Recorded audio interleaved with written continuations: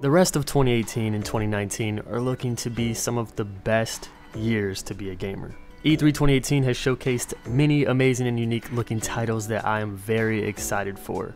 So with the big boys being over, those big boys being Xbox, Sony, and Nintendo, I've decided to create a list of 15 games shown at E3 that I'm looking forward to the most, because I found it almost impossible to make a list of 10.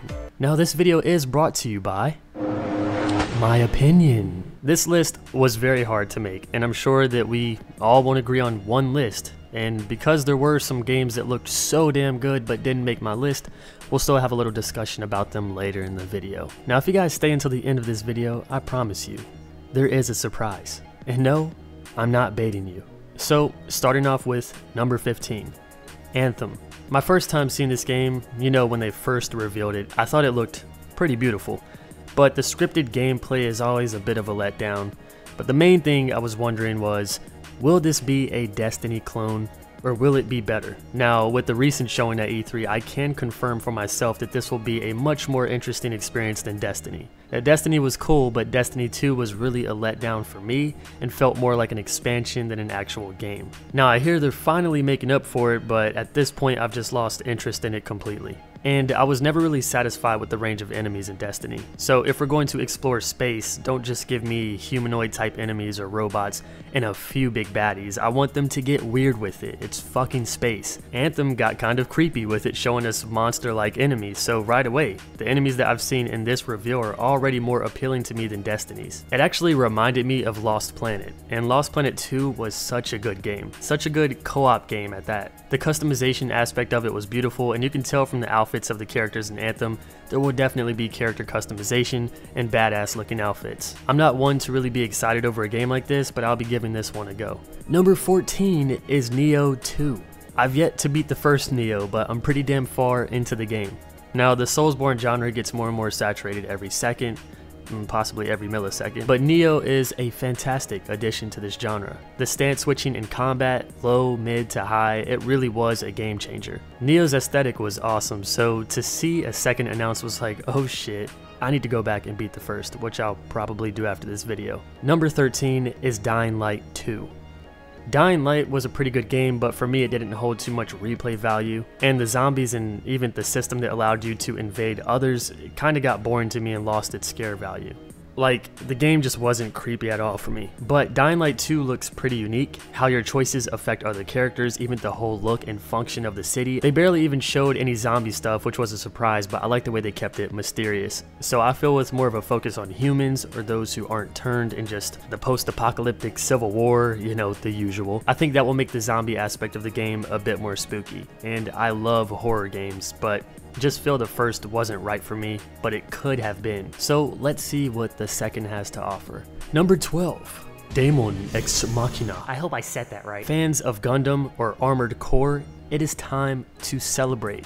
Now I remember playing so much Armored Core on my PSP as a kid, so this game is kind of nostalgic but looks so much better than what I'm used to. The stylized graphics as well, I'm really a sucker for this style right here. But I no longer have a Nintendo Switch because it was collecting dust for the longest time. But after this E3, I feel I need to go out and buy another, so here we go again. Number 11, another Switch game, and another reason I have to buy a Switch, Fire Emblem 3 Houses. I have always loved these games. I loved the gameplay, the strategy, getting all my favorite characters killed, curling into a ball shortly after and crying, but this takes Fire Emblem to another level. It's like our original style with extra sauce. Seeing your heroes in combat now just looks so much better, and this game has a lot more immersion to it. It seems like there's going to be some type of free explore mode, which is exciting. So yes, again, now I really have to get a Switch. Number 10 is Ghost of Tsushima. Ghost of Sushi. This game's color palette is life. As an artist, one of my favorite tools to use are Copic or Copic markers, and when you use them, it's like coloring or shading with an angel's wing. Ghost of Sushi is a Copic marker.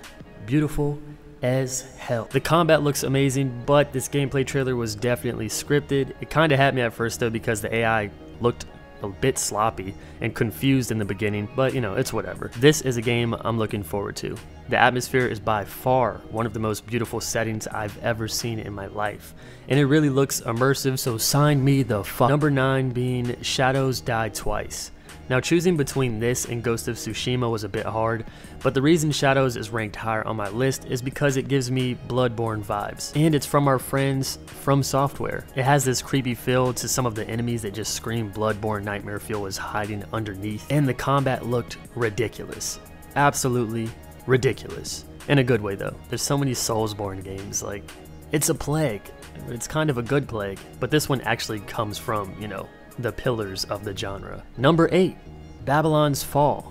Now I don't have much to say about this game. We know nothing about this game, but whatever it is, you've had my curiosity, but now you have my attention. Okay, but once we actually see gameplay, this could change. No, I'm just kidding. It's being developed by Platinum Games, so I'm already ready to pay for this. My debit card is sitting here on the keyboard. Where can I order? Number 7, Elder Scrolls 6.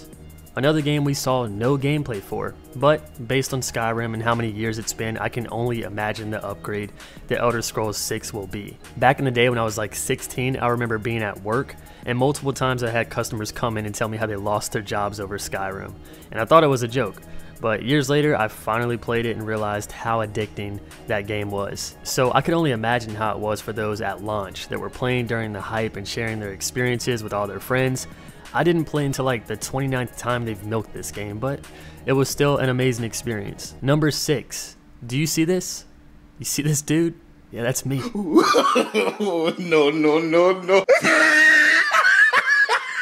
I was like 11, okay? But Dante was like my idol as a kid. Now, the last DMC title, I couldn't get past the first hour. I mean, my guy didn't even have white hair.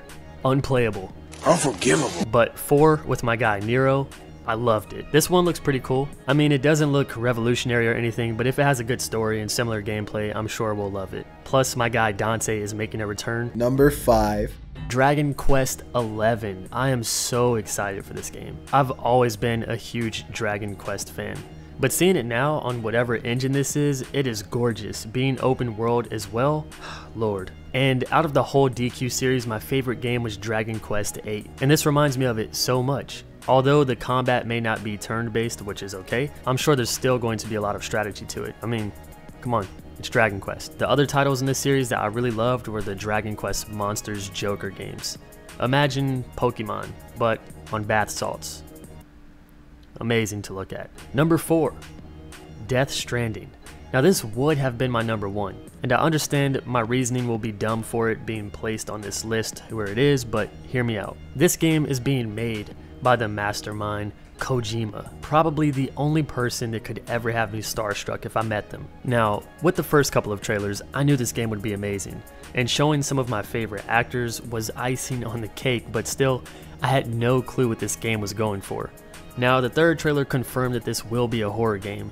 Whether or not it's classified as that upon release, it will definitely be creepy and not for everyone. But this is what I love. Horror games and Kojima. But the way Kojima spoke about this game, he had me feeling like it would be gameplay unlike anything we've ever seen before. Even if they showed another trailer, I would have been satisfied. But the hype behind this really set the bar high for me, and I knew that no matter what type of gameplay they showed for this, it wouldn't meet these impossible expectations that Kojima set for many of us. Now don't get me wrong, it looks amazing, but seeing this third-person gameplay that we've seen done many times kind of broke my immersion or odd hopes that I had for this what seemed to be revolutionary gameplay. I'm still going to play it, and it could still be one of the best games we've ever seen. Introducing the new actresses and actually showing us more of this game, allowing us to understand this weird-ass story even more, got me even more excited. So please, don't take this as me hating on the game, not at all. I'm in love with what I'm seeing. I just kinda wanted to vent how I felt. For number 3, we have Last of Us 2. Someone recently told me they've never finished a single-player story-driven game. Wow. I would highly recommend you start with Last of Us, if you are like this person. It is the first game to bring a tear to my eye. This game was so perfect that I didn't think we'd ever see a sequel.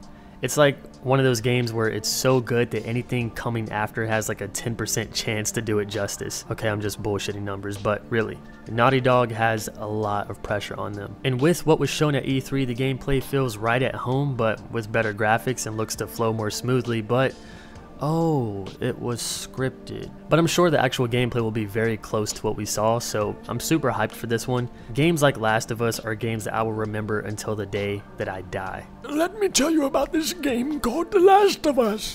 For number 2, we have Kingdom Hearts 3. Look, I only recently got into this series. Well, about 5 months ago. Very late to the party. Although I did play 2 upon its release, I was very young and the game got stolen. As the years went by, I've always thought about giving this series a try, but the Disney characters really threw me off. And this is still a problem for the series today, even though it's super successful. It's such a good game, but some people refuse to try it because of Disney. I was not a Disney kid growing up. I mean, I did watch The Lion King twice a day as ritual when I was like 2 years old, but as I got older, I only stuck to Cartoon Network, Toonami, Adult Swim, you know, the good shit. But here I am, in my 20s, finally giving Kingdom Hearts a try, and it is by far one of the best games I've ever played in my life.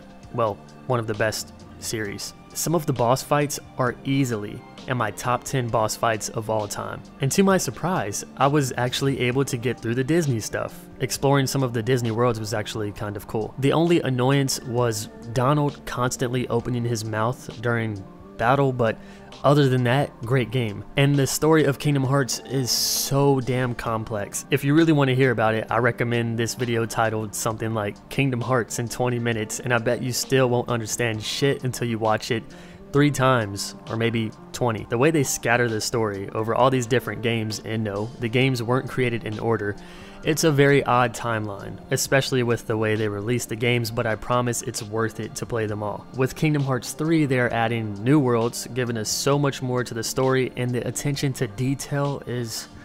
my god. They're also releasing the whole collection together, and I'd highly recommend anyone interested in this series give it a try. And number 1. Cyberpunk. I'm just kidding. I'm just not really interested in this game. No, wait. Please don't get mad at me. I just don't know much about it, and it just didn't look that interesting to me, but maybe once I see more. But the real number 1 on this list, Resident Evil 2. Now, we all know that Resident Evil 4 was revolutionary, and we all know that Leon is best boy. But as the years went by, the games got worse and worse. They started becoming more Call of Duty than Call of Spooky. Okay, I shouldn't have said that. 5 was decent, in my opinion. It was a great co-op game. 6 was like, come on, baby, suck on your mama's titty, boy. What's happening to this franchise? 7 was like, oh, baby. Oh, shit. Oh, my fuck. Get the fuck out of here. Come on. What the fuck? How many? Oh, what the fuck? Get the fuck out of here. I'll see you later, bitch. Is that a chainsaw? Oh, what the fuck? Of course, if you're a true fan of horror. A lot of people complain that 7 didn't feel like a Resident Evil game. In some ways, I can't agree, but it truly brought Resident Evil back to its roots.